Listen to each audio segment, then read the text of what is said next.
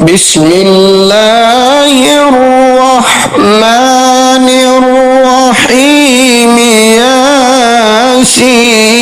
ياسين والقرآن الحكيم إنك لمن المرسلين على صراط مستقيم تنزيل العزيز الرحيم لتنذر قوما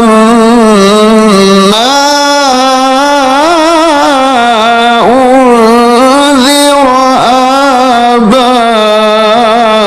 آباؤهم